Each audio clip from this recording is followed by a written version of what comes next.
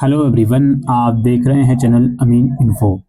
इस वीडियो में हम B honours political science semester 3 constitutional government and democracy in India का पीवाईक्यू और एग्जाम पैटर्न डिस्कस करेंगे। इसके सिलेबस पर पहले नज़र डाल लेते हैं।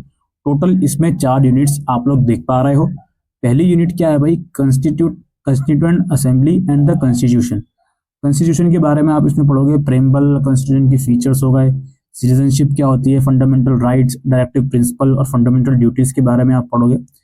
नेक्स्ट यूनिट है organs of government, organs of government. इसमें लेजिस्लेचर के बारे में पढ़ोगे, पावर और function of parliament, debates on representation in parliament, executive election power, functions उनकी, चेंजिंग रोल ऑफ प्रेसिडेंट और प्राइम मिनिस्टर।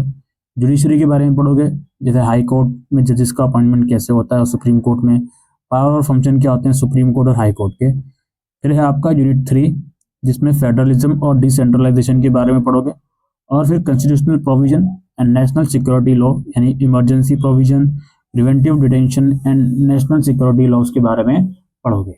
आइए चलते हैं इसके पीवाईक्यू और एग्जामिनेशन पैटर्न की तरफ। तो पेपर का पैटर्न एज यूजुअल 90 नंबर का पेपर आएगा। 10 में से 5 क्वेश्चन करने हैं। 3 घंटे का पेपर रहने वाला है। पहला क्वेश्चन है, examine the key features of Indian constitution and analyse the extent to which these features are embedded in the preamble. भारतीय संविधान की प्रमुख विशेषताओं का परीक्षण कीजिए तथा विश्लेषण कीजिए कि ये विशेषताएं प्रस्तावना में किस हद तक सन्निहित हैं। उसके बाद है, discuss the composition and contribution of the constituent assembly in framing the constitution. संविधान निर्माण में संविधान सभा की संरचना और योगदान पर चर्चा कीजिए। पहली यूनिट में से 2 क्वेश्चंस बन गए हैं। उसके बाद explain the condition under which preventive detention is allowed under article 22 of the Indian constitution. How does it differ from पुनिटिव detention. भारतीय संविधान के अनुच्छेद 22 के तहत निवारक निराद की अनुमति किन शर्तों के तहत दी जाती है, इसकी व्याख्या कीजिए। ये दंडात्मक निरोध से किस प्रकार भिन्न है। उसके बाद discuss the power, position and role of prime minister in the current political scenario. वर्तमान राजनीतिक परिदृश्य में प्रधानमंत्री की शक्तियां, स्थिति और भूमिका पर चर्चा कीजिए। उसके बाद what is judicial review, how has it impact upon the relation between parliament and supreme court. न्यायिक समीक्षा क्या है, इसका संसद और सर्वोच्च न्यायालय के बीच संबंधों पर क्या प्रभाव पड़ता है। उसके बाद critically analyse the asymmetric element of Indian federal system.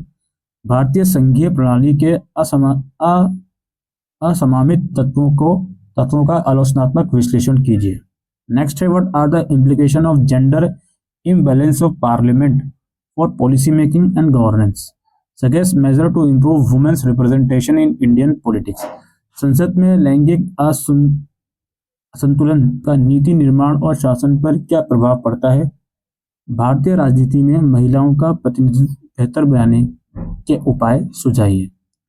उसके बाद critically evaluate the basic feature of centre state relation in contemporary India. समकालीन भारत में केंद्र राज्य संबंध की बुनियादी विशेषताओं का आलोचनात्मक मूल्यांकन कीजिए। Then explain the provision of the 73rd constituent assembly amendment act 1992, how has it strengthen the Panchayati Raj system. 73वें संविधान संशोधन अधिनियम 1992 के प्रावधानों की व्याख्या कीजिए। इसने पंचायती राज व्यवस्था को किस प्रकार मजबूत किया है। फिर आपको शॉर्ट नोट लिखना है किन्हीं दो पर, judicial activism, preamble, emergency power of precedence, directive principles. ये पीवाईक्यू था और एग्जामिनेशन पैटर्न था दोस्तों constitutional governance and democracy in India का। उम्मीद करता हूँ ये वीडियो आपको यूजफुल लगे हो। वीडियो को शेयर करिएगा। Thank you.